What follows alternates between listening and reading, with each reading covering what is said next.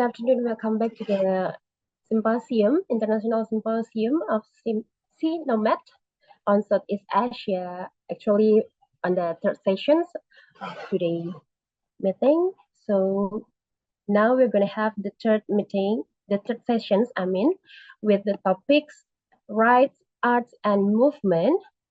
And we have 4 speakers here and 1 moderator. For the first speaker, let's check together. Prof. Mucha-Shim Lahaman, Sulu Current Research Institute. Are you here already, Prof. Mucha-Shim?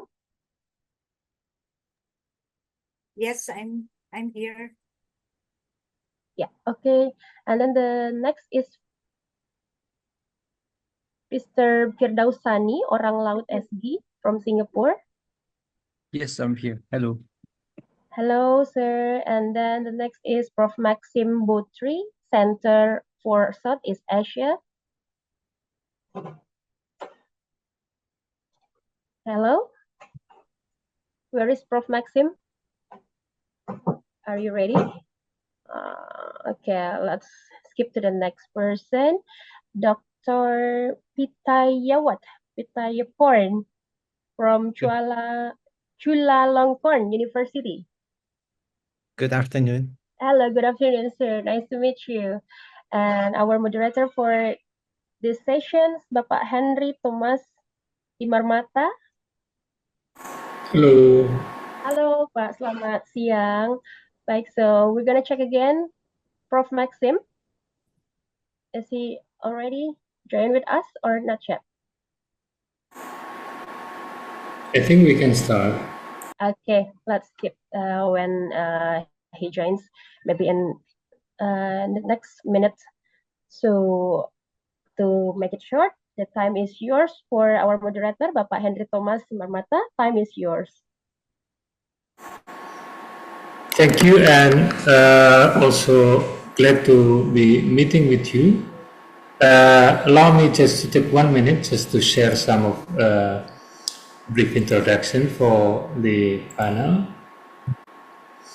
So our session 3 title Rights, Arts and Movement. So let me pose some questions to the presenters. Some pertinent questions arising both from life and the forms of life of Nomads, such as interfacing of Nomads with present modern setting,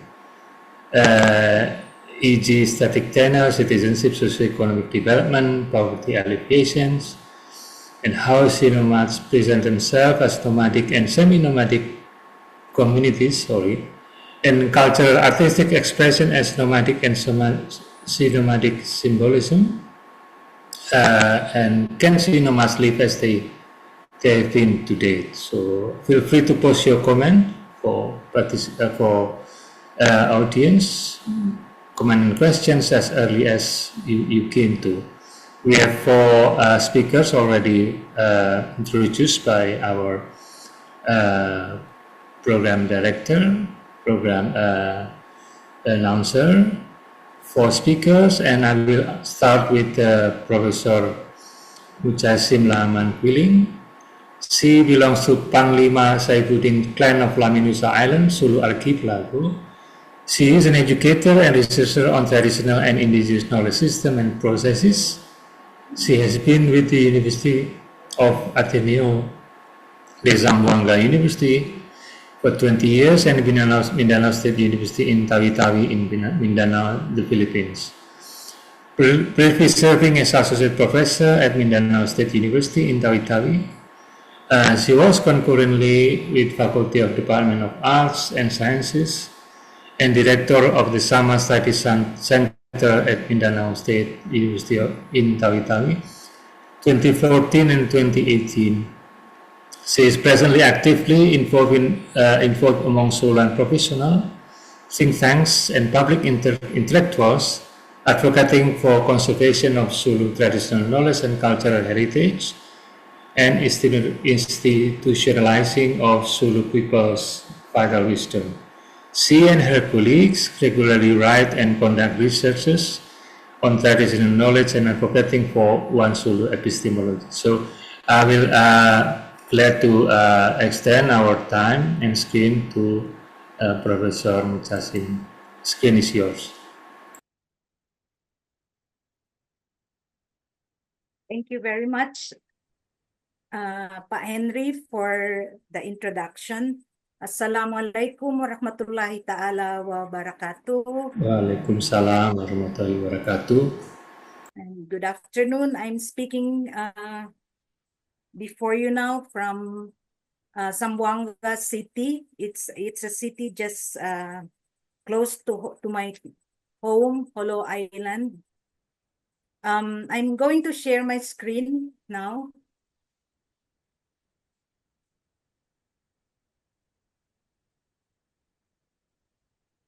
But before I speak, or before I go to the lecture, as is traditional for us, Sama people of Sulu, I would like to start with a little paminat. It's a welcome gesture of familiarity with brothers and sisters. Mga danakan, ito ra kayo paminat makaam min si Jenes at tinarakaw lagu-lagu mapasalan mga sama mariom halubilu. It's a song, a sama song about the sama in the midst of conflict.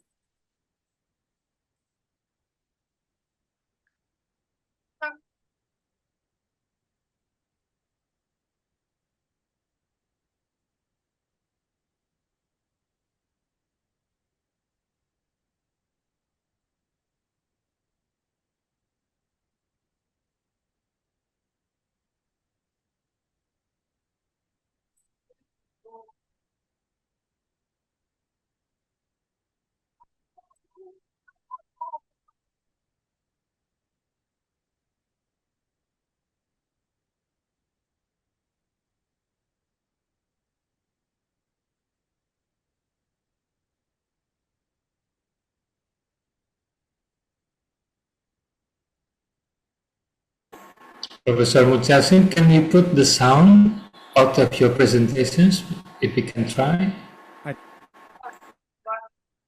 Excuse me, wait. Is the sound not coming in, sir?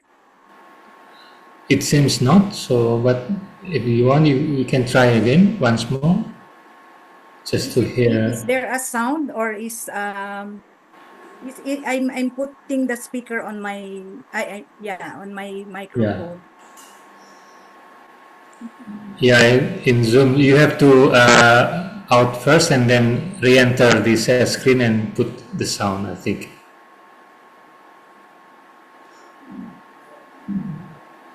So in that case, maybe we should go to the main lecture then.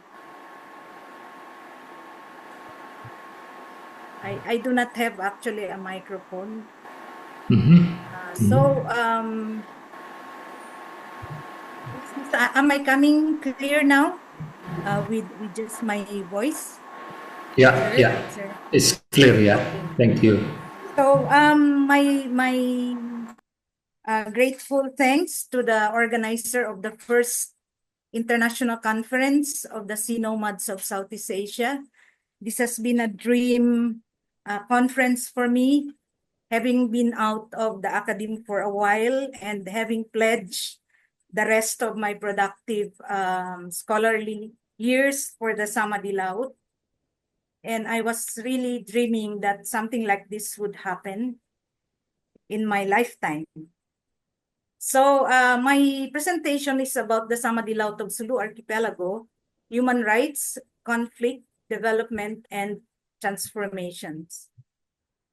Let's skip the song screen.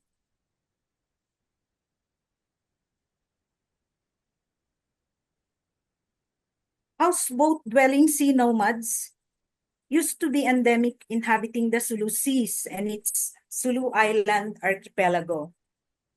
They are variously called as Bajau, Sama, Sama-Laut, Palau, and Luaan, with Sama-Laut being the self-ascription. The Sama-Laut considers the archipelagic realm and land of Sulu and Borneo as their ancestral home seas. By Sulu, they refer to the unitary Sulu province that the martial law regime of President Ferdinand Marcos Sr. sought to divide and is now fractured into the provinces of Sulu, Tawi-Tawi, and Basilan, with Palawan and Turtle Island already dismembered. So this is now the Sulu archipelago with the 3 provinces. Estimating the population of Sama-Laut in Sulu, as in the rest of the northern islands, has been difficult. The Philippine National Statistics Office reports only of language spoken at home to represent ethnicity in their censuses. That population tend to generally just identify their majority language, Bahasa Suk or Sinuk of the Tausug, as their mother tongue. So that practically erases the other diverse groups. These nomadic people were among those first encountered inhabiting Sulu waters and archipelago in early colonial contacts of Magellan, as written by Pigafetta in 1521, and were called lutaws or floaters by Francisco Combes. To legitimate authority and to mark the empire's territory, however, authors of the genealogy of Sulu Sultanate argue that the sea nomads were the later migrants, while the dominant ethnic group, the Tausug, were first to occupy the Sulu island. That is why they have become just the clients to the patron Tausug. This is, however, recent genomic studies, however, established that the Sama-like aborigines have been foraging and dwelling in the archipelago as early, although there is no established years, but this is from Larena, Dr. Larena, 8,000 to 12,000 years ago. The seafaring Samalan speakers even escorted the early Islamic preachers and voyagers of the 10th to 12th century, of which the province of Sulu also pegs its founding. These disclaimers and various confusions on the existence of the sea nomads of Sulu also come apparent in the names ascribed to them. Anthropologists who studied them in mid-1960s and whose researches came simultaneous with how Southern Philippines and the once unitary Sulu administrative region would become embroiled in one of the longest civil wars in Southeast Asia.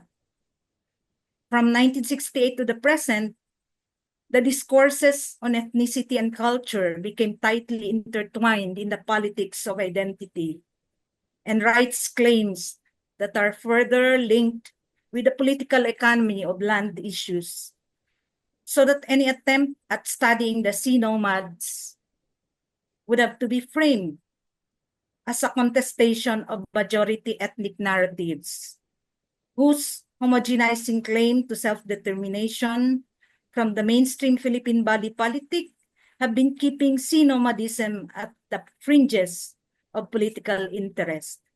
Human rights, conflict, development, and transformations for the Sulu sea nomads are discourses of minorities within minorities, contemporary forms of slavery, marginality, and neo-coloniality.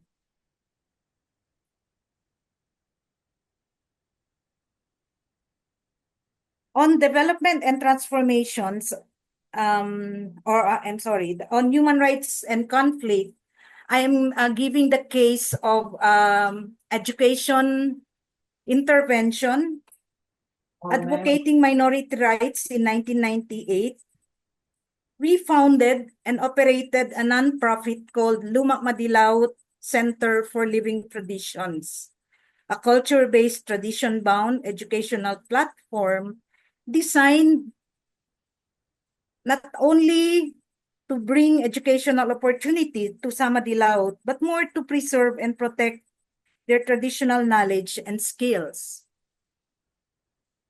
In the short period of its operation, Laut affiliated with human rights groups, such as the National Educational Rights Groups, and international NGO advocating for lifelong learning and alternative learning system. With the education network, we successfully saw through the issuance of the National Department of Education a memorandum on the recognition of indigenous peoples' education and the recognition of the alternative learning system and the Madaris system of education. The Laut organized Sama-Bajau elders, Botang-Matto and Panglima, and successfully defended the contested domain of Sama-Bajau in Rio Hondo and Mariki when the villages were raised in fire in 2013. Children beneficiaries of its programs, those on screen now, have become community leaders who today are the indigenous mandatory representatives in our barangay or village level local government unit and women leaders. 2 years after the siege of Zamboanga City in 2013, after operating for 15 years, Luma was able to initiate a legal works on the utility or the use of Indigenous Peoples' Rights Act for water use and sea-based domain for possible issuance of the Certificate of Ancestral Domain title for the Sama-Bajau. But unfortunately, the NGO has to fold up.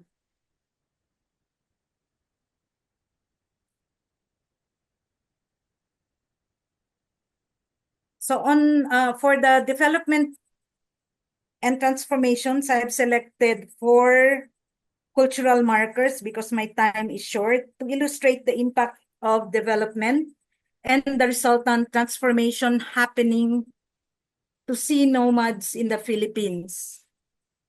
The first one is angedjo.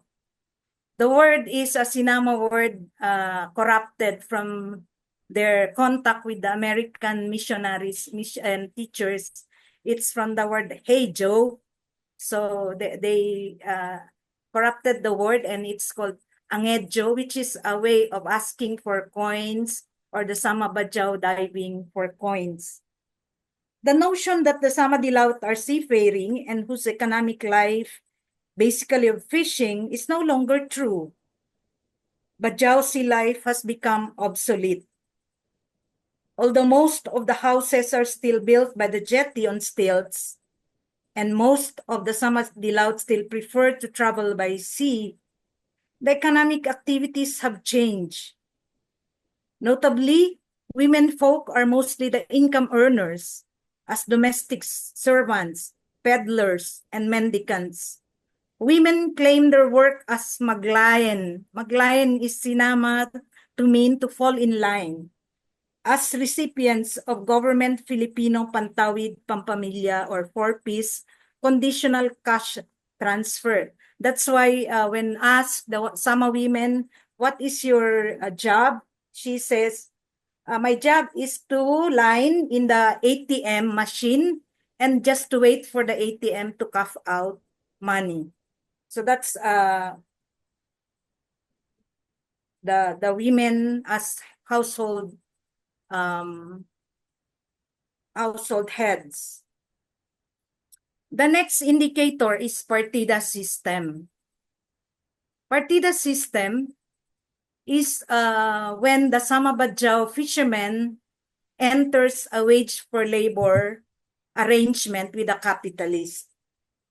The system is an exploitative fishing venture where the Sama-Bajau fishermen become wage laborers as fishers and divers working for big boats in exchange for an exploitative credit line arrangement, an open credit line, and a supposed protection from the boss.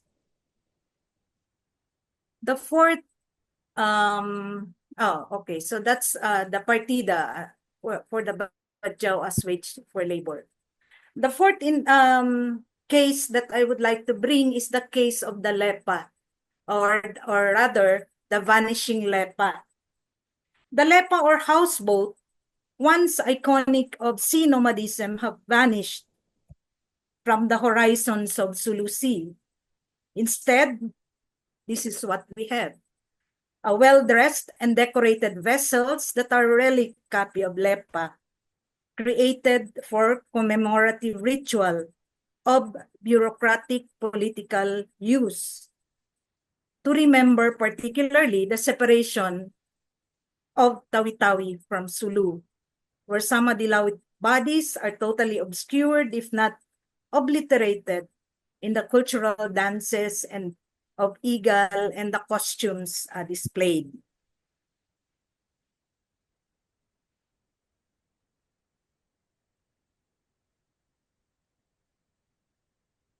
The last one is the Indigenous Peoples' Rights Act, very controversial legislation, but by far it is a landmark legislation, providing for mechanism to reclaim, retrieve, or transfer and title ancestral lands to indigenous communities. Or sea-based domain. So the remedy for government and development actors have been to capture and sedentarize the sea nomads so that they can be in.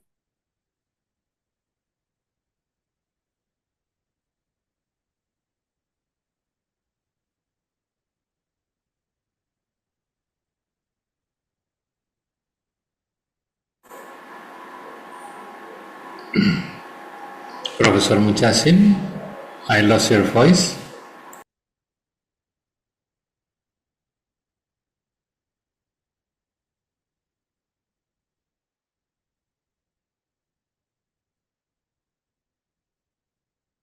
Okay, it seems that we lose connection with Professor Mucha-Shim. So can we wait for another 1 minute? We are be so patient with this. 1 minute, and then if it is not came up, then we will go to the next speaker. I'm sorry, Okay. Screen Yeah. Disappeared. What happened? Okay. My signal? Go on. It's my signal, right? Go on. Yeah. Go ahead, Professor Mucha-Shim. Okay. I'm sharing my screen again. I hope the last part was captured anyway. I was saying that the IPRA was a landmark legislation, and it was a mechanism that was not working.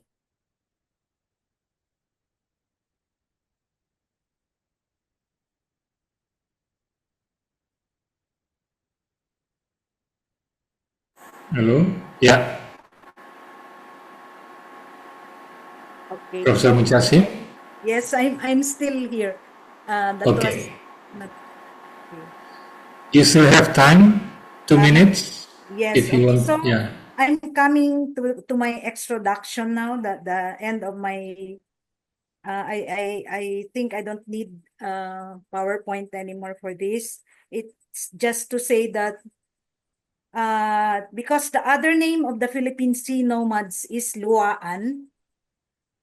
In the last conference of Philippine anthropologists, I was very strong at proposing to decolonize the name Luaan. if we were able to say that the Moro was a derogatory term, but the Bangsamoro people were able to reclaim it and make it a very a Bangsa or a name of an honorable nation, then why can't we reclaim also Luaan? Luaan is a derogatory term used repeatedly to abuse the Sama-Bajau. Etymologically, it originated from liwa, literally meaning vomited out. Luaan connotes the undesirable and unwanted. To the Tausug and the Sulu Empire, Luaan or liwa could mean to be expelled or excluded out from royal protection. In the modern politics of identity and security, Luaan is an outcast. It is also classified as outlaw and ungovernmentable. As a decolonial trope, Luaan is a position of political self-insulation. To be Luaan or Minluaan in Sinama is a recourse to exclusionary politics, preferring to be located outside or opting out. As self-policing procedure of pre-state societies, such as the primordial Laut of Sulu archipelago and the Nusantara, which was among its political survival practices as proto-nation and self-governing polity. This political recourse is in fact a tradition among the Zulus in the practice of maglupus. Literally, it's a Tausug Sama term, literally to mean to recede to oblivion. In the course of Sulu Empire's history, segments of elite population self-isolated or rendered themselves to be luaan by opting to be outside of a corrupted royal politics or politics of the aristocracy, while the Dayu is akin to a Gambenian homosacer, which was immunized from politics and was exempted from the protocols and practice of the police. In ancient Sulu, the ethos of self-exile used to be a gentlemanly recourse to preserve one's dignity and to immunize the self from corruption. So if the claim for ethnicity as a political identity is growingly becoming unpopular and undesirable because it brings epistemic violence to be essentially this ethnic and where minorities and those in the margins will always be on the losing end. And with the post-colonial slow demise of the usefulness of nationalism and ideology, which I believe Greg enlightened us earlier, that ethnicity is performativity and is fluid. So it makes claiming of our essential ethnic to be something that we have to think about, that maybe we should shed off and stay away from if we are really to realize our full selfhood and humanity. The Luaan and sea nomad bodies may have physically made to disappear from today's seascape of Sulu archipelago. To advocate for their material preservation and protection have become meaningless and moot, as the physical resuscitation of seafaring life, of nomadism, 1 minute. to return to the vulnerability and precarity of an impractical and absurd lifestyle. Nomadism may now only remain in the realm of philosophy and spirituality.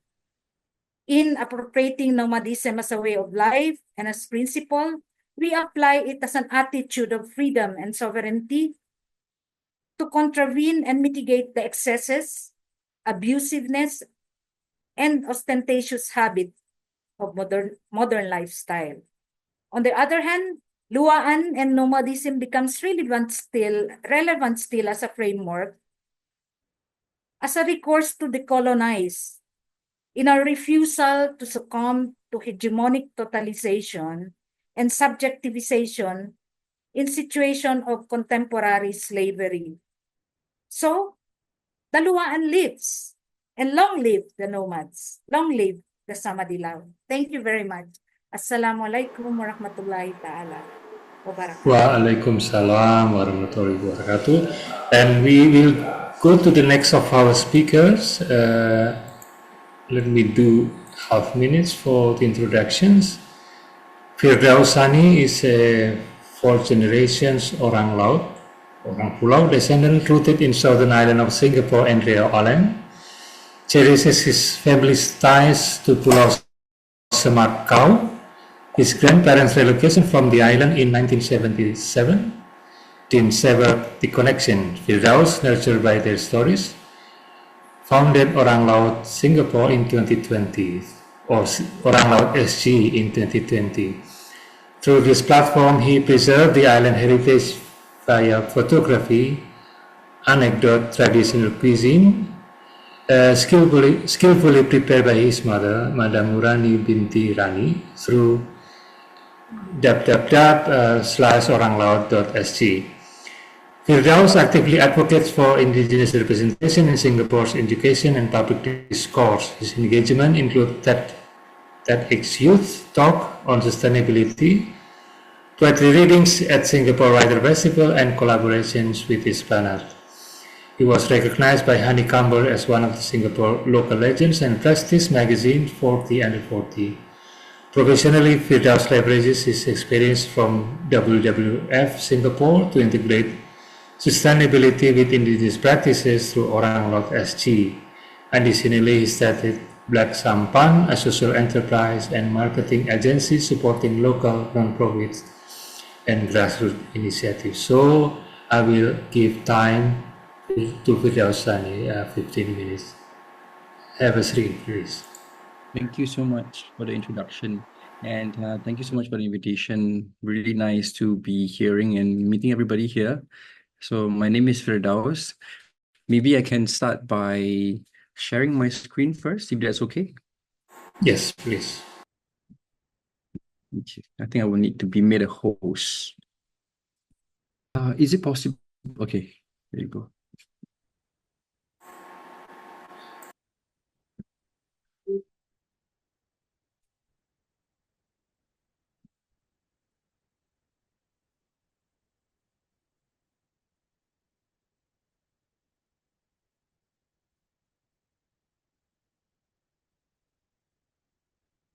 Okay. You can see my screen, yeah? Okay. Good morning, good afternoon, everybody. My name is Firdaus, and I am a descendant of an Orang Laut and Orang Pulau community member. I am currently in Singapore, and today I'm going to be sharing with you guys a bit more about what we do at Orang Laut SG, some of our work, some of our communities work as well, and what we try to do in a very small city state like Singapore.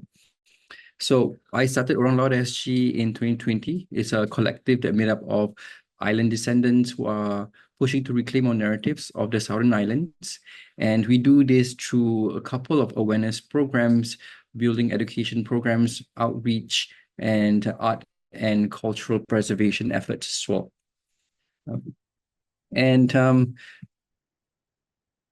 Maybe I would start with sharing about the idea of indigeneity in Singapore.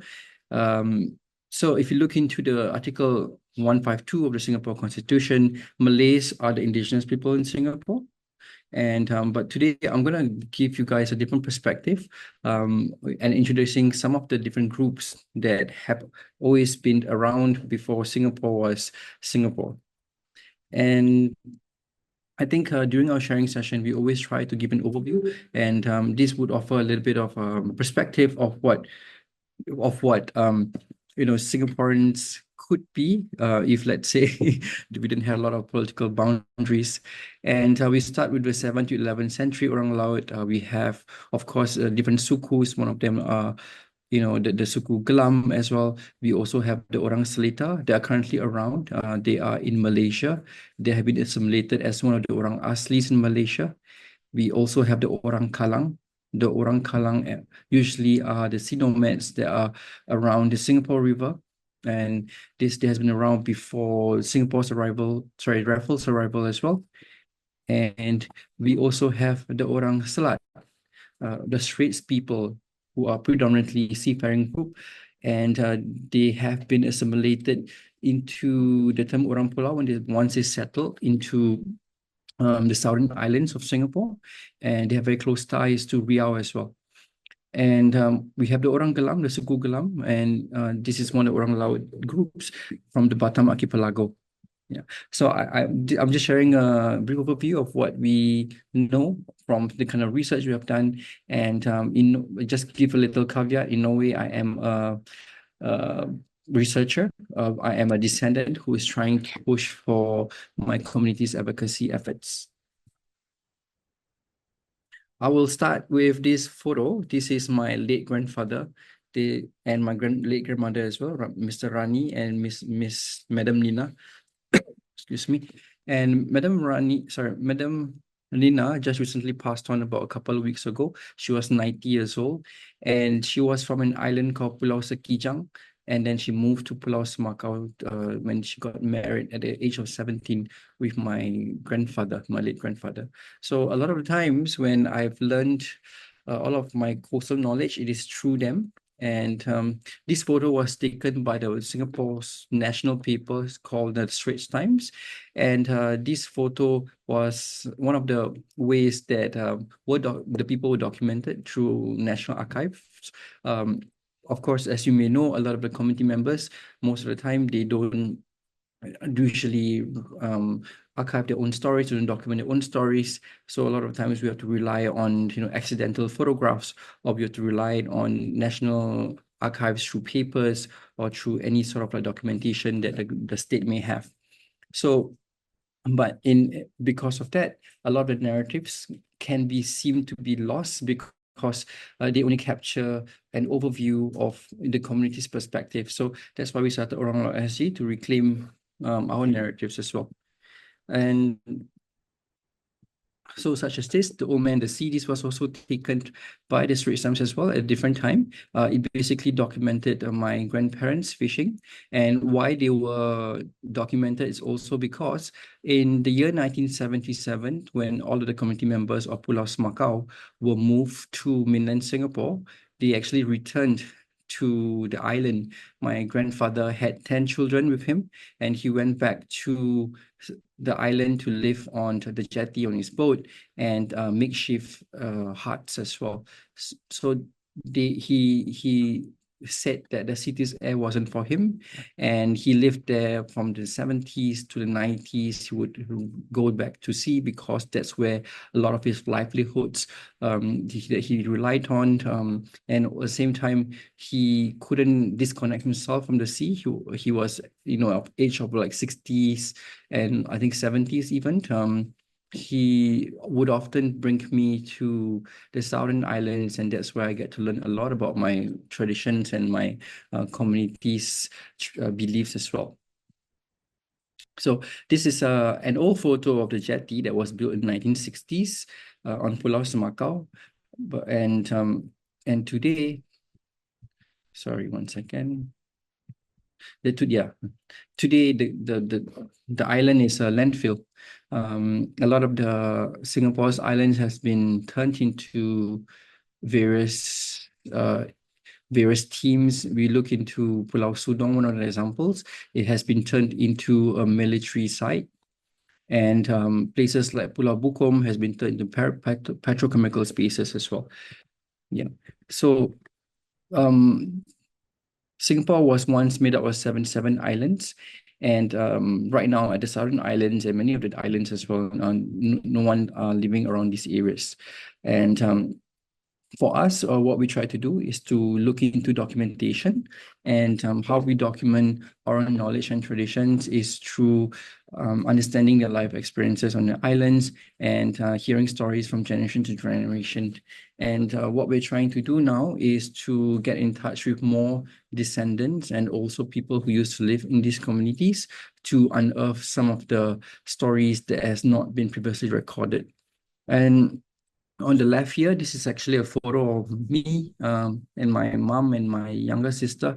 This was taken in the 1990s, 1990 to be exact, when I was only 2 years old. So, we would visit the island often to make sure that, our family is still connected to our roots. And we try to use various things to talk about our culture. One example is food.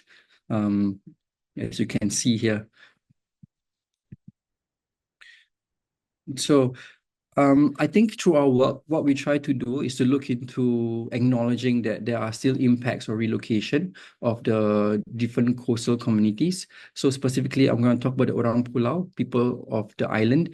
And the Orang Pulau make up of various communities. Of course, we have the settled Orang Salat that I mentioned earlier. We also have the Malays and some people from the Bugis communities even. And so some of these communities, they will move to areas such as West Coast, Telok Blangah, Henderson, Taman Jurong, etc.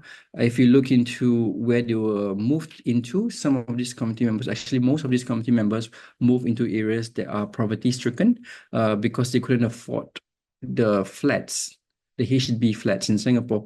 So these HDB flats would cost simply around $20,000 to $30,000 at a point of time, and that was only for a one-room flat. So my grandparent, who had about 10 children, there's 12 of them who moved into a one-room flat and in Telok Blangah.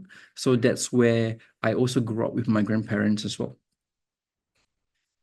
Yeah, and I think we wanted to also show this particular photo is of one of the ministers. This is exactly the Minister of Finance, Dr. Goh Keng Swee, launching the launch of construction work of Singapore's refinery on Pulau Bukom. And they commemorated the event by wearing a beautiful suit and chopping off a tree on Pulau Bukom. And I think this is the kind of narratives that you would find when we do our research as well.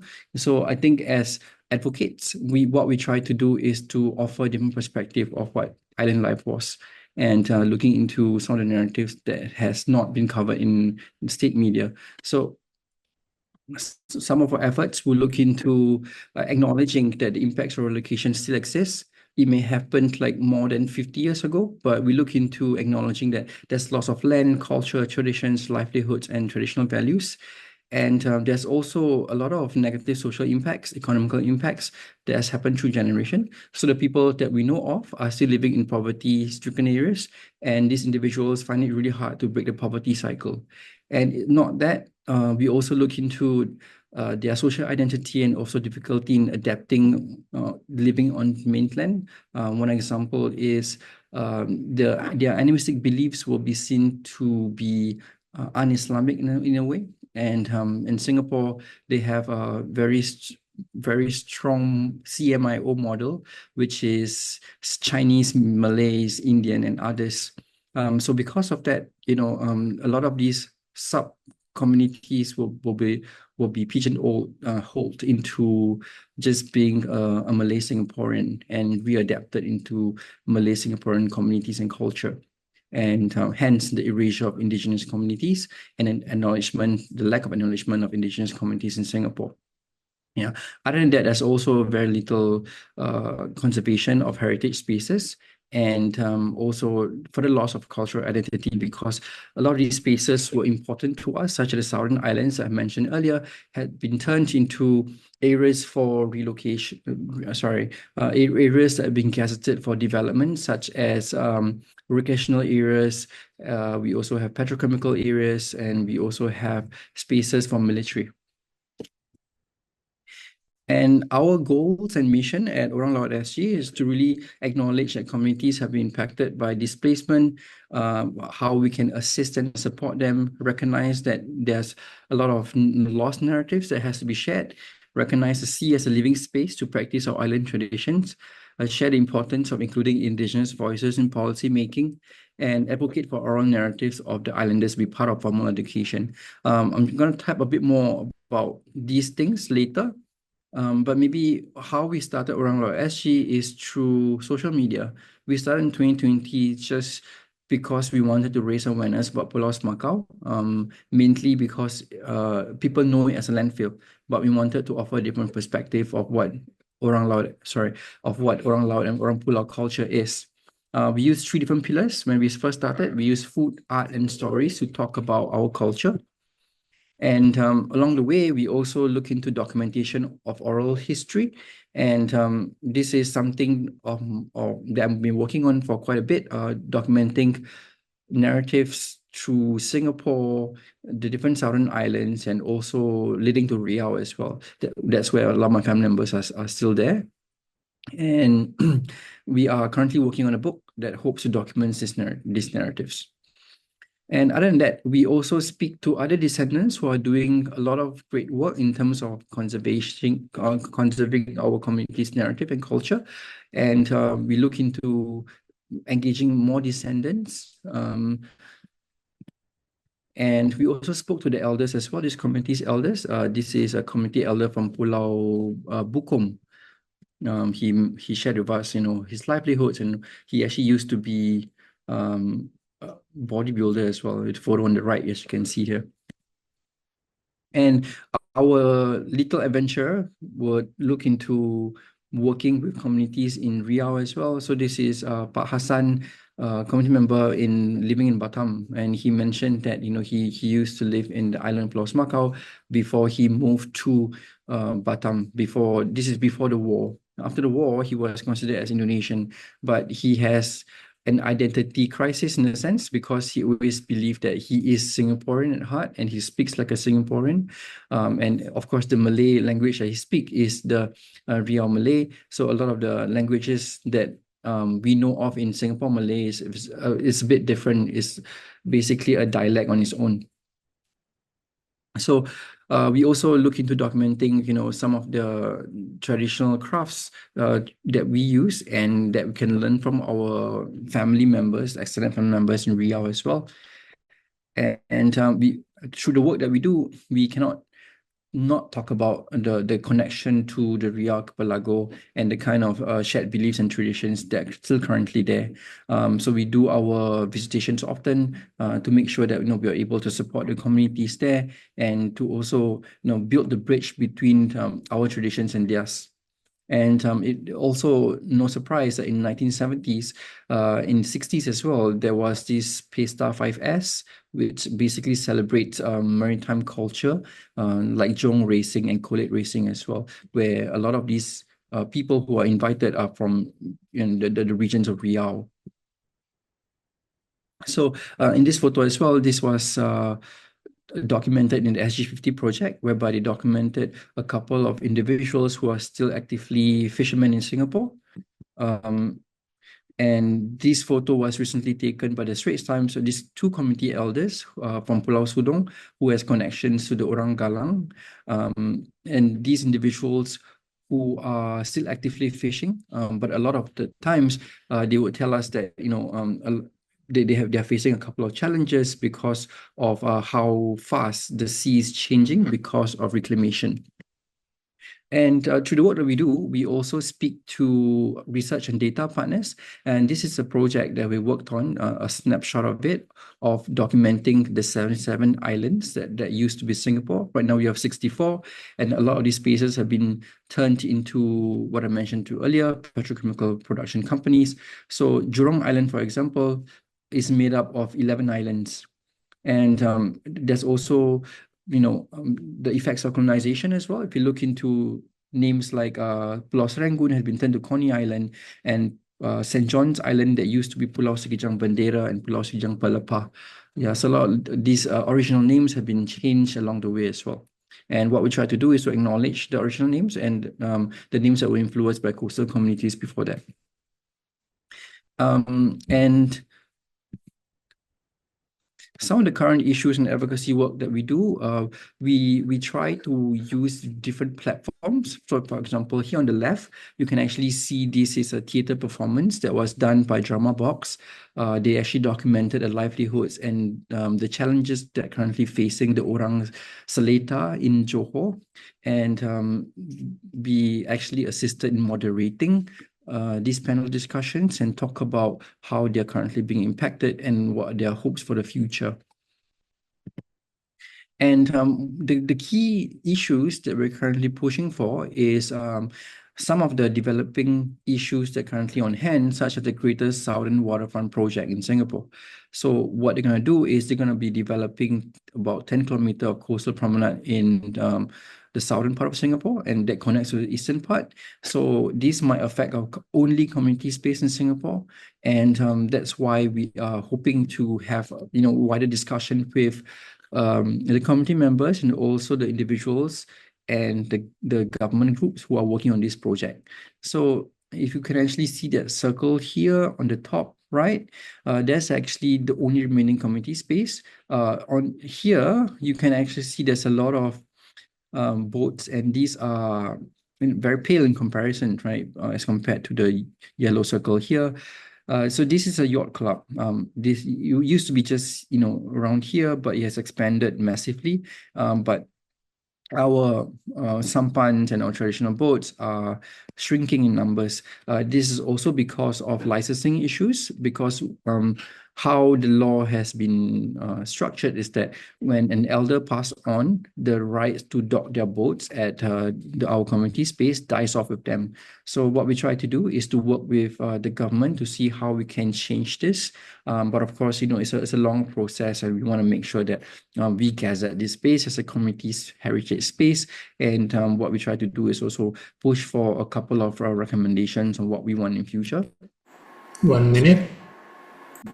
Okay, so we've worked with the Minister of National Development recently. We invited him to the community space to talk to the community elders and to hear about what they want to do and what we hope to achieve. And through the work that we do, we also conduct educational programs and tours, and we create sharing sessions with different schools at West Coast Park, and we'll lead them to our community spaces as well. And we also work with the community members to make sure that they are also supported. And we want to make sure that we talk about not only the coastal traditions, but also the land traditions as well that connects their culture and traditions.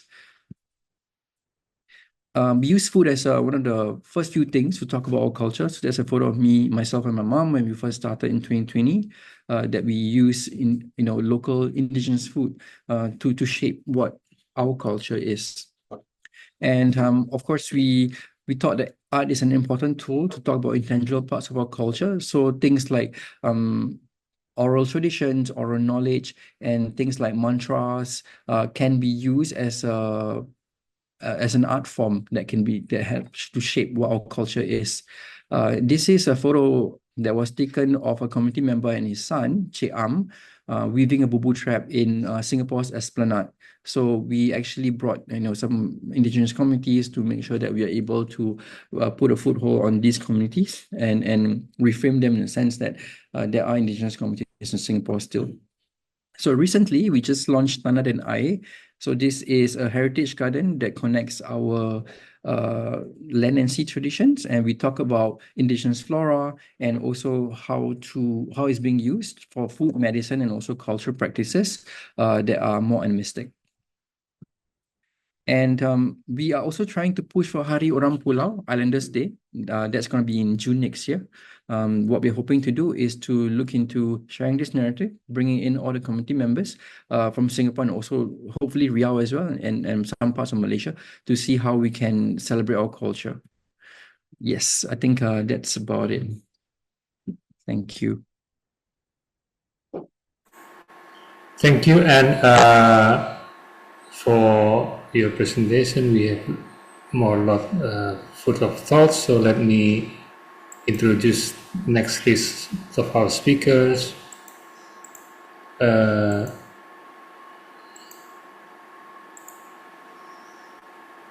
Professor Maxime Boutry is an associate researcher with the Center for Southeast Asia Studies. He obtained his PhD from EHES Paris in 2007, dealing with the appropriations of the marine environment by the Burmese fishermen in Tenasserim, South Myanmar. His work tackled ethnicity construction processes between Burmese fishermen and Moken, Nomads of South Myanmar and Thailand. More broadly, his research explores forms of continuity in the socio-cultural changes affecting Burmese society through the study of frontier, borderline transition spaces since 2017. Sorry, this is cut here. He's also working with the museologists toward the creations of the Moken Live Museum, an institution dedicated to the knowledge and valorizations of Moken culture. He recently coordinated a special issue of the journal Sojourn, Journal of Social Issues in Southeast Asia, on the theme of seeing Southeast Asia through a cinematic lens. So I will give time and screen to Professor Maxime Boutry. 15 minutes if you are already in the screen, please. Yeah. Thank you very much for this introduction. I'm very pleased to be here. I'd like to thank Wenki and all the organizers to have me here. So today in this short presentation, I'd like to reflect on an experiment at the crossroads between anthropology and museology that, together with other colleagues, we undertook with the Moken in Myanmar. Moken, who are a sea nomadic group who is also found in Thailand. So about Myanmar, with its entry into ASEAN in 1996, the country also inaugurated the year of tourism. At the time, the military government was planning to open up the Mergui archipelago to tourism. But at that time, in this context, the Moken were initially seen as a problem because they were perceived as uncivilized, being nomadic, they were perceived as uncontrollable. So the same year, the government also inaugurated the very first marine national park in Lampi. So here you have the Mergui archipelago in the south of Myanmar and a zoom on the Lampi Marine National Park. At this occasion, the military tried but failed to regroup all the Moken from all the archipelago together in what was supposed to become an ideal Moken village in the center of the park. The same year, in 1996, the authorities built an eco-museum made of a collection of objects which were collected by the Burmese village chief, but which fell into ruin soon afterward before being razed to the ground. And it was not until February 2004 that the government organized the first so-called Selong, which is a Burmese exonym for Moken. So they organized a Moken festival, still in the national park, with the Moken celebration supposed to be traditional, but many Burmese were forced to leave the village. Moken from the north to the south of the archipelago were brought by force to take part in the event.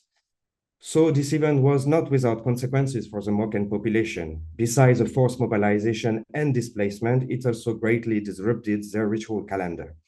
From an economic point of view, the festival was a total failure, and the expected outcomes in terms of tourists' visits to the archipelago did not materialize. However, from these very moments onward, the Moken would have to deal with an increasing externalized production of their own heritage. Then, more recently, between 2010 and 21, which is the date of the last military coup in Myanmar, the country's political transition to a quasi-civilian government led to an opening up to foreign investment, and the situation changed rapidly. Hotel projects and tourist circuits in the archipelago multiplied, promising an unspoiled natural environment and encounters with the last marine sea nomads. So at that time, after 2010, the mindset of the government towards the Moken changed. So the Moken became kind of flagship for the regional development, and again, a stake for tourism development, while facing increasing restrictions of access to land and natural resources. So from the 16th century until the early 2000s, the Moken crisscrossed the archipelago in flotillas of 1,000 kabong, the traditional houseboat that you can see here, during the dry season, and used to regroup on land in different subgroups during the rainy season. Egalitarianism, non-violence, mobility, and non-accumulation form the core of the Moken ideology, which is contained in the hundreds of hours of myth, songs, and epics that underpin nomadism. This ideology has given rise to social cultural strategies of avoidance that have enabled them to survive on the margins of the major systems that dominate the region. This ideology is at the root of the Moken's lack of recognition by the other, because the Moken have no leader to turn to, because also they accept the identity which is given to them, whether poor, at the lowest scale of the socioeconomic ladder, etc. They never oppose the other, yet they don't follow the rules that are dictated by the other, because a yes or silence is better than an explanation that would expose their thought system and therefore put them in danger. Between the 90s and the 2000s, there's been an increase in intermarriage between Burmese and Moken for many reasons I can't explain into details here, which led to the creation of numerous mixed villages. And the country's political transition led the Moken to become, again, a point of interest, even a stake, first for regional authorities, then national ones, against a backdrop of deregulated development in the archipelago, which led to competition for land and natural resources between the Moken and the Burmese, but also with hotel developers who take entire islands, pearl concessions, or even military bases. So the government of the entire region where the Mergui archipelago is located took up the Moken question for tourism development purpose on the one hand, and on the other, because there's a more political issue of including the country's minorities in development, notably through education. In this context, the Burmese who live with the Moken have used this opening space to advocate the government in various ways, carrying their own representations concerning the inclusion of the Moken in regional development. Some advocated for the education and even the Buddhization of the nomads, while others promoted a conservationist view of the Moken, considering them on the verge of disappearance. So it was against this backdrop that Jack Ivanov, who is another anthropologist who worked for decades with the Moken, and I, as ethnologists, were asked by the Moken to act as their spokespeople and as a channel for the transmission of their values and culture, not on the scale of a village or a group, but of the society as a whole. Thus was born the Moken Alive Museum project, joined by other specialists, museologists, communication people, with the aim of designing a medium of communication between the Moken and the other. But then many questions arise, among them how to avoid falling into the trap of voluntarism, ethnocentrism, and culturalism. How can we know what the Moken really want when they spend their time hiding, playing on polysemy, and satisfying the dominant discourse to better protect themselves? To answer these questions, we developed a mapping of the Moken social space, which is a participatory tool which involves working with Moken groups with groups of Moken men and women to identify the various topographical features, naming them and gathering information on the resources, the stories associated with them, and their historical, ritual, and social significance. As holders of ethnological knowledge analyzed over a long period of time, we felt it necessary to recontextualize this knowledge in the field of Moken mobility, the mechanisms that enable them to survive and participate in history, the reconfiguration of subgroups, and the forces they face today. So I can't go much into detail here because of time constraint, but let's say that one of the major findings is that although the Moken are sea nomads, their representation of the territory focused less on the sea than on mountains, peaks, foreshores, creeks, cemeteries, ritual fields, and so on. So they consider themselves men of the islands rather than of the sea or of the land.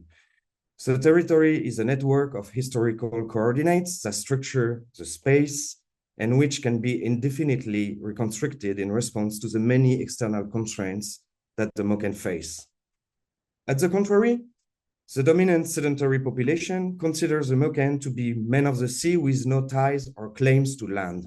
But what genuinely concerns the Moken is their increasingly restricted access to the islands and to resources on land and sea that threaten their way of life.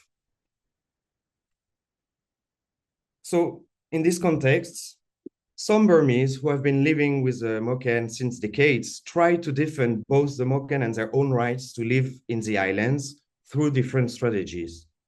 One has been to advocate the government to ensure that the Moken ritual is sponsored and recognized by the government as a way to recognize the rights of the first inhabitants of the islands.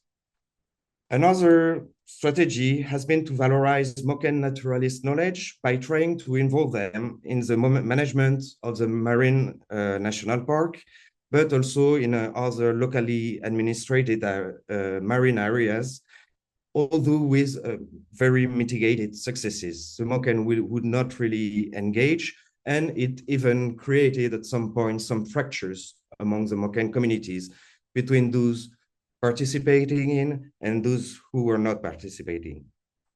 So in this context, the question is it possible to envisage mechanism for cultural valorization, mediation, and communications that escape the reification of Moken society as sea nomads with no ties to land, as good savages with a recent exploitation of resources but no clues to modernity, and so forth? To explore this question, but also the dialectic of Moken engagement with dominant populations and their rights to access resources, we embarked on a museum experiment, which is discussed in this final section. So we had reached a first kind of stage of analysis with a small exhibition on Moken material culture, here in the broad sense of art products. So with a reproduction of small Moken boats, harpoons, diving goggles, and so forth, which had accompanied a seminar on Moken culture, to which we participated, but which was organized by the regional government in 2018, and which was localized on the continent, not in the island. The exhibition and the exoticism of the objects, reflecting representation of the Moken's heritage, let's say, had delighted some of the stakeholders, namely the authorities and tourist operators. But while several dozen Moken were present, because they were brought by the Burmese leaders from several islands, they participated very little. So the exhibition mostly highlighted the Moken strategy of avoidance and non-confrontation, offering the other only what they wish to see. So to go beyond this fixed representation with the view of creating a museum form that is accepted and adapted to the community uses, we carried out in 2019 a museum experiment in the form of an exhibition based on the mapping of Moken social space on the island, in the island of Lampi, within the center of the Marine National Park. The aim of this tangible restitution of research work involving orality and collective memory was to confront the Moken with the first attempt to represent the social space and to measure how the museum, an exogenous structure, can become for the Moken a space for negotiating their territory and their identity, and finally, to produce a medium, the map as such, that can establish the legitimacy and claims of the Moken to the archipelagic territory and its resources. So the exhibition was designed as an immersive and descriptive device with photo panels set up around a large satellite map of the archipelago. The textual dimension was reduced, as Moken is an oral society, so it wasn't the written words that guided the experience. There were no so-called traditional objects in order to get away from the museographic enclosure that freezes objects, memory, and time, and limits the perception of a society to its material production. The oral tradition of Moken society was evoked through the broadcasting of songs, which were recording many years ago. The Moken were invited to an inaugural opening in the absence of any official state representative at first. Many came representing different groups, women and men and children. And after a detailed explanation of what they were going to see and the aims of the exhibition, they offered us a fine lesson in the appropriation of the device and its possible uses. The photos of the present and the past were observed at length and even photographed by the younger Moken. Nothing was mocked, displeased, or embarrassed. This is where our role as mediators really come into its own, carrying Moken words. The exhibition became a source of exchange and discussion between Moken visitors of all ages, functions, and gender. So here's the essential fact that emerged is communication rather than the message communicated, or in other words, the real message is the exhibition seen as a means of communication, a media. During the official inauguration with the Burmese authorities, the exhibition, as a form of public recognition of Moken territory, was exploited in its political dimension and as a public space animated by the word of the Moken. We even witnessed a rare scene of a Moken taking a regional minister to task, explaining their general feeling of powerlessness in the face of the unrestricted development of the archipelago and their always increasing difficulties in accessing land and sea resources. So the effect of the medium can be powerful and intense, but the choice also of the location right in the middle of the archipelago was decisive. So while the exhibition was not based on exoticism, disappearance, and ultimately heritage, it did for the first time in Myanmar materialize a social and complex Moken territory as a whole field of knowledge intimately linked to the archipelago. It has revealed a fine articulation between territory and culture and the place of orality and memory in its restitution. So, although the work is far from being complete, the Moken Alive Museum project suggests that a mediation effort that takes into account the different dynamics of power and the interplay of stimuli and responses provoked by the forces at work between the Moken and the other, be it development forces, political stakes of natural and cultural conservation. This perspective offers a dynamic perspective on Moken society, responding to the mission of curating and transmitting knowledge and valorizing it in the government's political arena. The thing is, because of the military coup of the 1st February 2021, the development of the Moken Alive Museum project as a tangible place had to be halted, but we are still developing the virtual side of the museum, from which you can see some excerpts here, and carry this work with the Moken in South Thailand now. Thank you for your attention. Thank you very much. Thank you, Professor Boutry. So we will go on with the next list of our speaker. Let me do short introductions.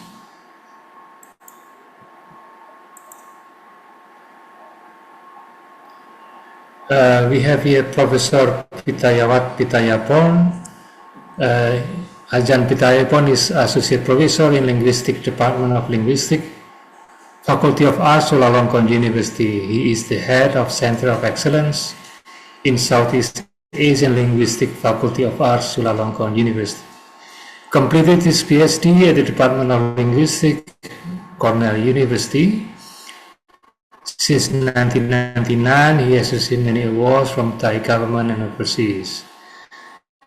Currently, he is active researching historical linguistics in Southeast Asia. The latest is On Becoming Mainland, Unraveling Malay Influence on Moklen Language. So this is in the Journal of Social Issues in Southeast Asia. So Ajahn Pittayawat, so screen is yours.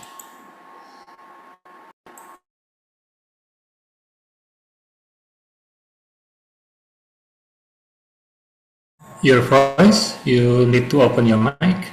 Thank you very much for the introduction and for including me in this very exciting event. Let me share my screen. Yeah, it's good. It's good. Yeah.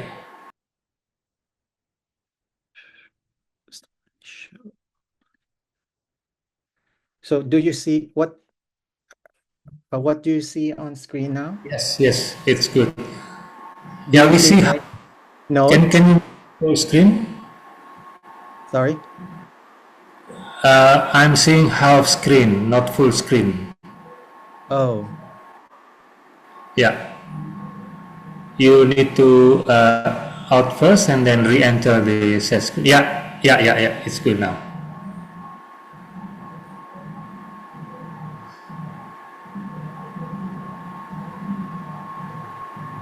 How about this? Yeah, yeah, yeah. Okay. All right. Today I'll be discussing my research on the prehistorical and historical contact between Moklen and Moken and other languages of Southeast Asia. It's part of an ongoing attempt to document the Moklen language and culture.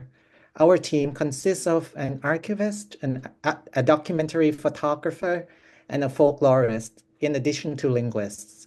Our project is creating an archive of the Moklen language and culture, which I hope will be available online soon. The beautiful pictures. Sorry, Ajan. Let me stop you there. Can you make it into full screen? We can still see your portion of your writing. So if you can make it into full screen. Yes. Yeah. Now it works. Yeah. Our project, our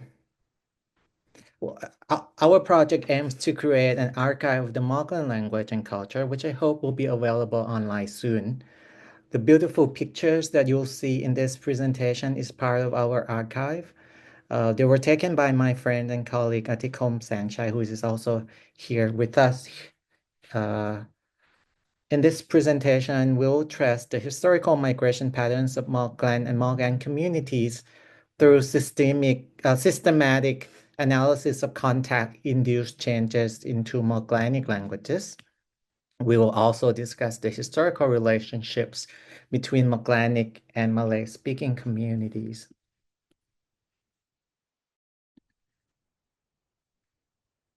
Looking at their current distribution from our map, we can see that the Moklen and the Moken communities are found along the Andaman coast, stretching from southern Myanmar to southern Thailand.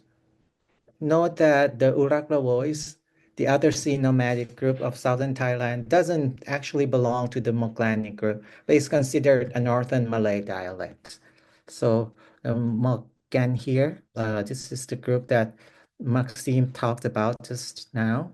And then this is the Moklen, a closely related group, which is now sedentary. The Moklenic languages, that is the Moklen and Moken languages, belong to the Malayo-Polynesian branch of Austronesian, though their exact position remains debated. While they are related to Malay, they are quite distant from it. As you can see in the family trees here, Moklen and Moken belong to a different subgroup of the Malayo-Polynesian from Malay. So this is where Moken and Moklen belong, and this is where Chamic, Malay, and Ajanese belong to. So this is the group called West Indonesia.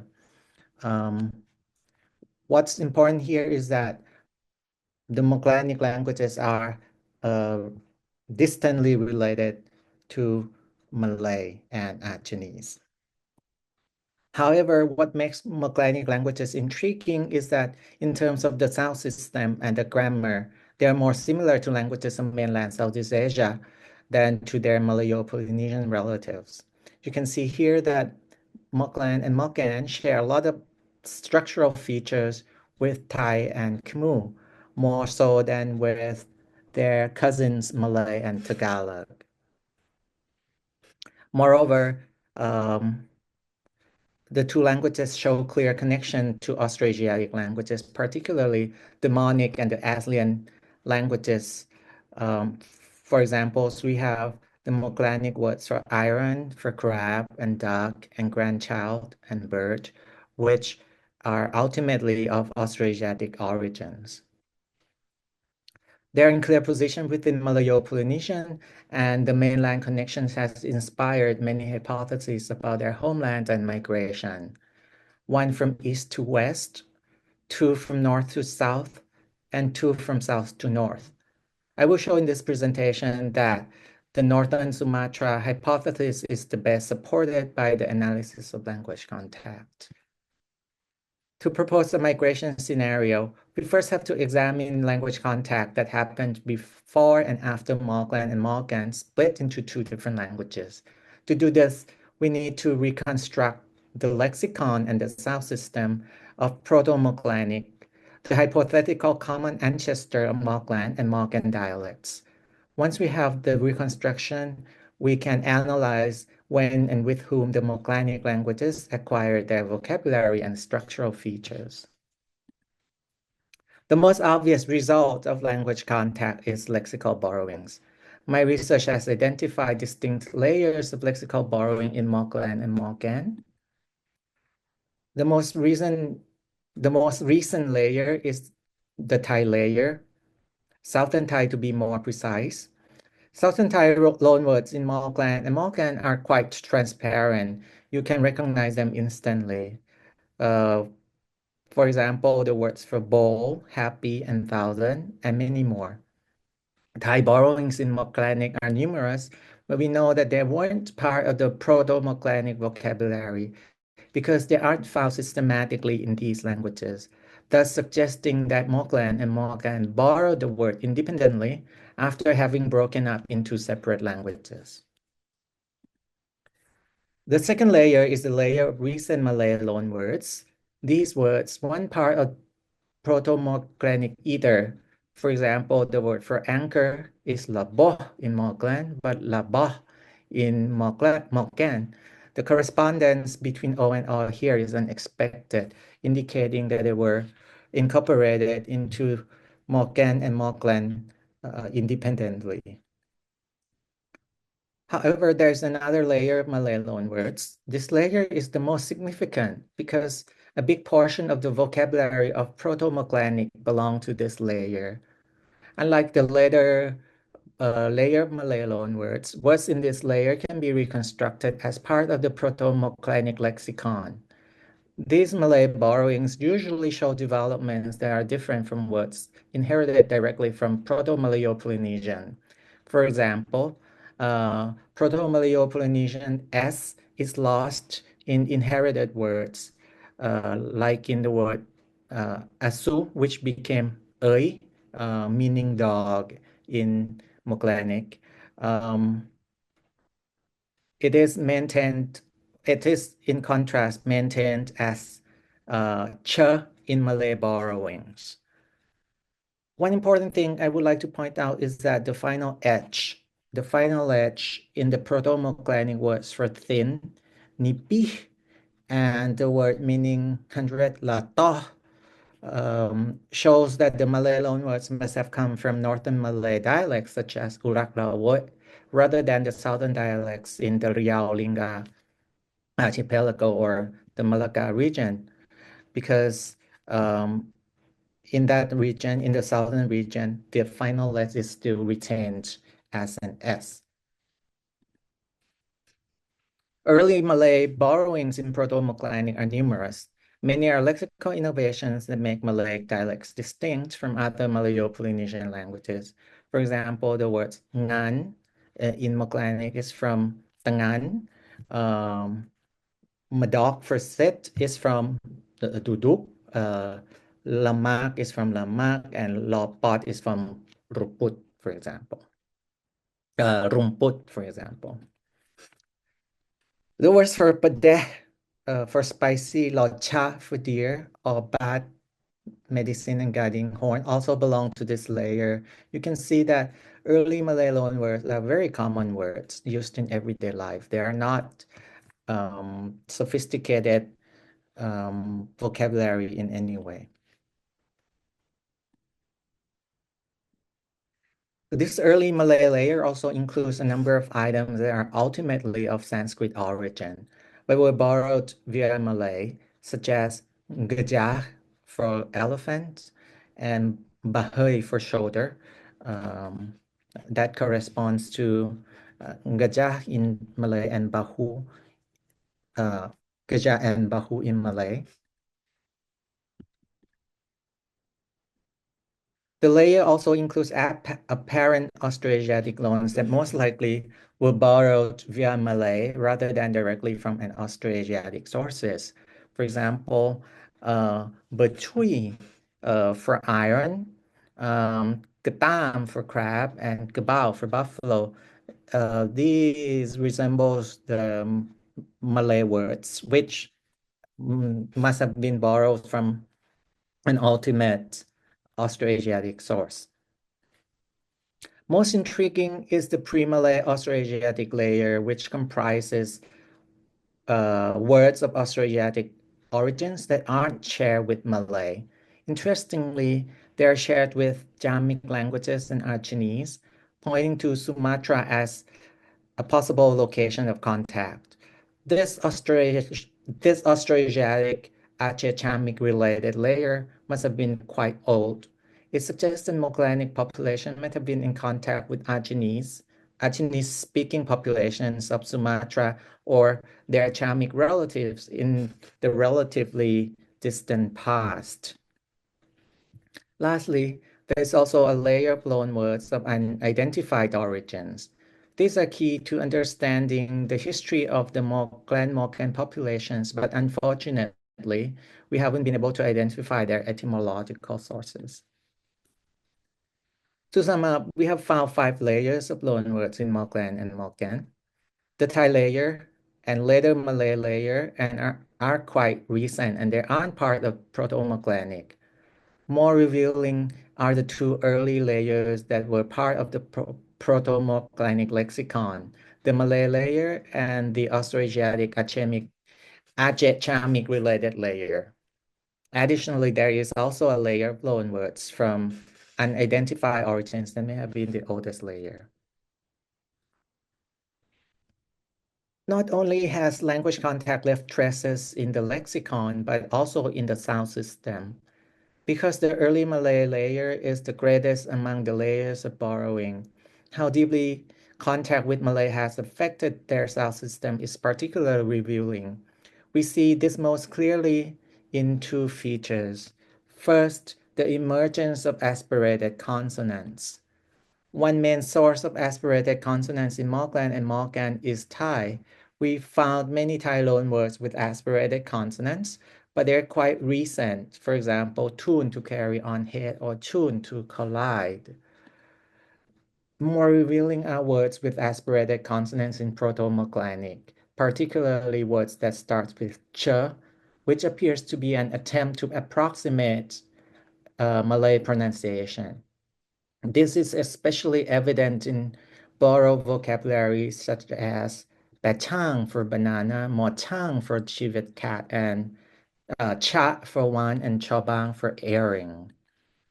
We know that the words I just mentioned were borrowed rather than inherited directly from Proto-Malayo-Polynesian because Proto-Malayo-Polynesian S was completely lost on the way to Proto-Moklenic, such as the case for the word for dog, from Proto-Malayo-Polynesian asu, or the word for pencil, lung, from lesung.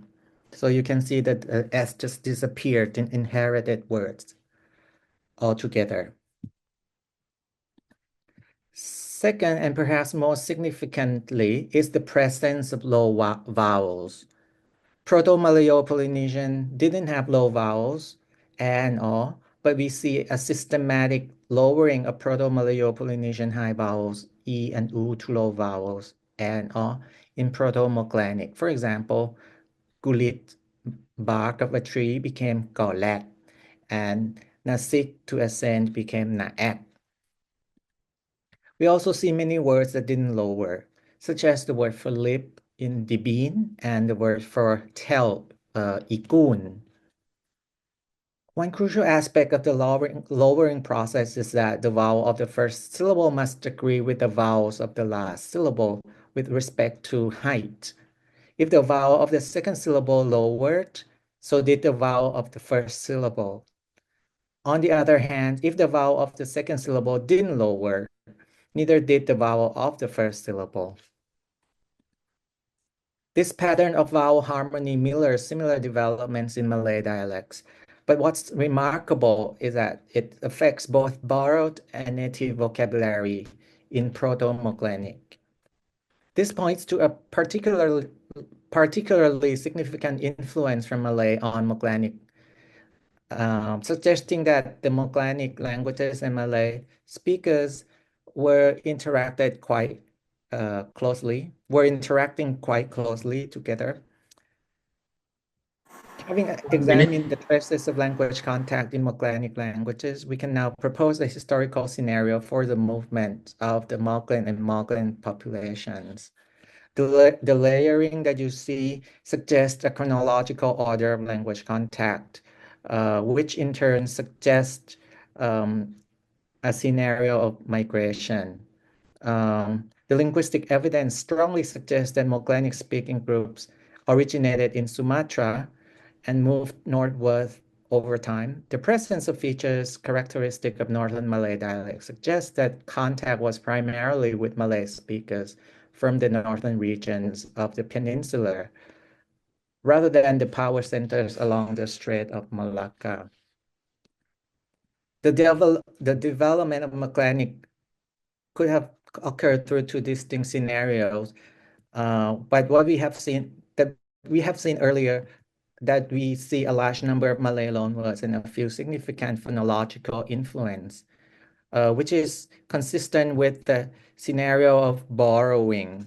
That is, Moklenic speakers weren't Malay speakers who abandoned Malay and shifted to Moklenic, but present-day Moklenic speakers are descendants of an earlier non-Malay speaking Malayo-Polynesian group that borrowed quite heavily from Malay. Furthermore, we can investigate the degree of intensity of the contact between Moklenic and Malay. In particular, the phonological borrowing we observe indicates what linguists call strong cultural pressure. According to Thomason and Kaufman's borrowing scale, the type of changes we see in Moklenic represents level 4 borrowing, which occurs only under intense contact situation. Such intense contact suggests a scenario in which, for most of their history, the Moklenic speakers were part of the broader Malay cultural ecology, maintaining strong political, economic, and socio-cultural ties with Malay-speaking communities. The socio-linguistic setting that enabled these changes likely involved widespread bilingualism, with Malay being viewed as a prestigious language of wider communication. Bilingual speakers probably pronounce borrowed words with some degree of authenticity, eventually leading to these pronunciations becoming common within the Moklenic communities. However, there are several questions remain open for future research. First, we would like to know the precise position of Moklenic within Austronesian. We also want to know where the vocabulary that is not Malayo-Polynesian, and we haven't been able to find the etymological sources come from. And lastly, we also want to understand the significance of the lexical items shared with Ajenese and Chamic languages. In conclusion, this research demonstrates how careful analysis of language contact can help us reconstruct population movements and cultural relationships in Southeast Asia's complex linguistic landscape. It supports historical evidence of close ties between Moklenic and Malay communities, while providing new insights into the nature and the timing of their interactions. Thank you. And I would like to thank many people, especially the Moklen communities, at Bangsa, Ko Pratong, Tapla, and all the other communities, as well as the Moklen community in Rawai. Thank you very much. Thank you. So we are wrapping up our session 3, and thank you for all speakers, Professor Mucha-Shim, Firdaus Sani, Professor Maxime Boutry, and Ajahn Pittayaporn. So I will give to next sessions.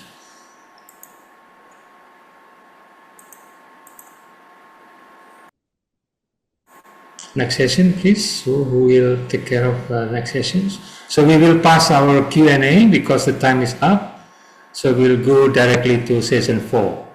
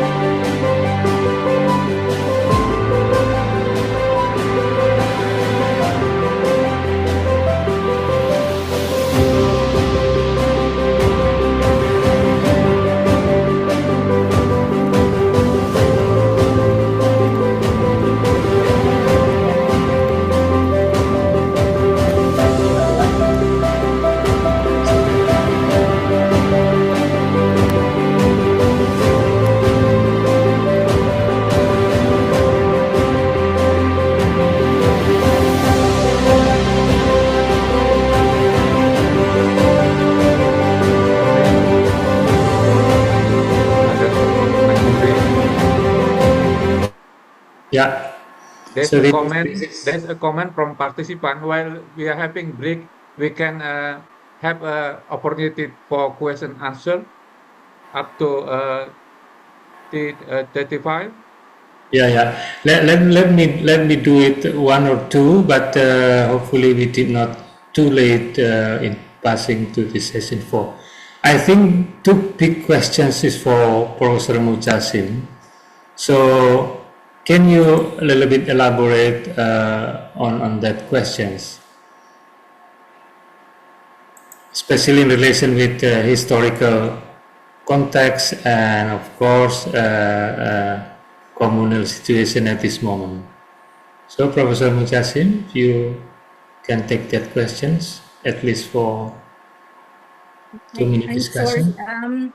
Yeah. Actually, I noted 3 questions, Okay. and I think I hope my answer will already have covered all 3.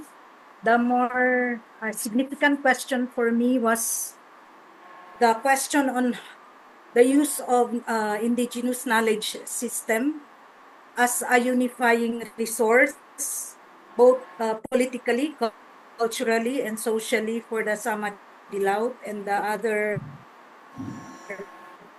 indigenous Sama groups in the Southeast Asia. In Sulu, we have the tradition called the return to Pagtuhan.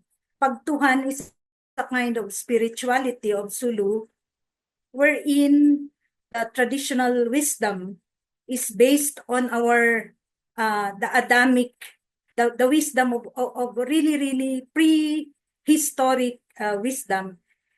Because if we use knowledge as a political tool, I think the Sama-Bajau will be at par with the other ethnic communities like Tausug or like the land-based Sama. Sama-Bajau fortunately are blessed still with the preserved memory of their Solomonic wisdom. And that's my short answer to all three questions. If you want a resource for unity of the diverse groups of indigenous Sama-speaking ethnics, I think we should explore the possibility of returning or not about political hegemony or competing for political spaces, but using the traditional knowledge, the return to the traditional knowledge, and how this can be used by the Sama-Bajau to assert their self-wood. Very much. Just very quick on this, Professor Mucha-Shim, just very quick. Can you add more on the question of Pak Greg? One Sulu epistemology. Can you answer just very quick on that? Yes, actually, I was already talking about the epistemology of one Sulu is a symbol of a return to a state when the knowledge system was unified. And well, academics would have terms for that, such as symbolic knowledge system that was traditional and prophetic. I think Thomas Gibson and Anthony Giddens actually have that kind of framework, but I'm not very academic, so I just look at the practical resources that we have. The symbolic knowledge system that is indigenous in Sulu, that where the ethnic communities of Tausug, Sama, Yakan, Mapun, Sama-Bajau are in the same page and in the same space, in the same level, is the memory or the resource of knowledge that is traditional vital wisdom. I hope that answered Greg's question. Thank you. Thank you. We still have time. Panitia bagaimana? Masih ada waktu nggak nih supaya nggak keterusan? P35 kita mulai sesi keempat. Okay, so let me do one more. I think Firdaus Sani also has some response to the questions in chat column, but can you explore a little bit what you already put in the chat column? This relates especially, with the history of Singapore. So please. Which question? Sorry. There are several in the chat column. Yeah, and your colleague Elizabeth Tan put some 2 or 3 respond to that, but just explore to that already your questions, your answer. Okay. Maybe I will answer one of the questions. How is the Singapore government currently treating the Orang Laut? Are they supportive of your efforts? Are the Orang Lauts being given the right to self-determination? This is from Albert Salamanca. Maybe to answer that question, it has been a challenge for us to acknowledge the indigenous communities. And in Singapore, I don't think there's a lot of mention or acknowledgement of indigenous communities in Singapore. So for us, we see it in the point of view that it is us sometimes could be versus the state narrative. So it has been pretty challenging, but we are trying our best to be working with community members and also government groups who are supportive. So recently, we got 2 questions into Parliament to look into community representation of the Orang Laut, specifically the Orang Kalang and the Orang Selat communities, because of development project that's happening in places in Singapore like the Kalang River. That's part of the Kalang Alive project. We also have the Pulau Sentosa and Pulau Brani project that they're going to be developing. And we also have the Greater Chulalongkorn project. So with that, we are currently putting up a working group that made up of researchers such as Dr. Vivian Wee, We also have several committee members, Minister of Parliament, Sharil Taha, and what we hope to do is to get him to speak on our behalf, because he is a descendant as well of the Orang Kalang. And I think for us, he has always been strategic, whereby we use these terms at separate events and also get connections with government groups, such as National Parks Board, SLA, and MND, which is Minister of National Development, Minister of National Development. What we hope to do is really to carve up markers to identify, like, these are the areas that are important to us. These are the kind of spaces we want we want to preserve because of heritage. And what we're trying to push forward is indigenous center as well. That is currently non-existent in Singapore. So little things, but are very important things. If we are currently also working with students from University of Hawaii to set up guidelines of how to engage coastal communities, indigenous groups in Singapore, because there's no such thing in Singapore. Now, if you look into places such as New Zealand, for example, there are guides on how to, reach out or work with communities, indigenous communities as a whole. But I think Singapore is lagging behind. And I think as an informal group such as Orang Laut SG, we do need all the assistance we can get. So we do work with researchers as well, because we are an advocate group. And the word advocate is such an ugly term in Singapore. It could be seen as anti-government. So we have to tread very, very carefully when working with such spaces, because I think the bigger fear is to invoke the question of land rights or the question of Bumi Putra, like in Malaysia as well.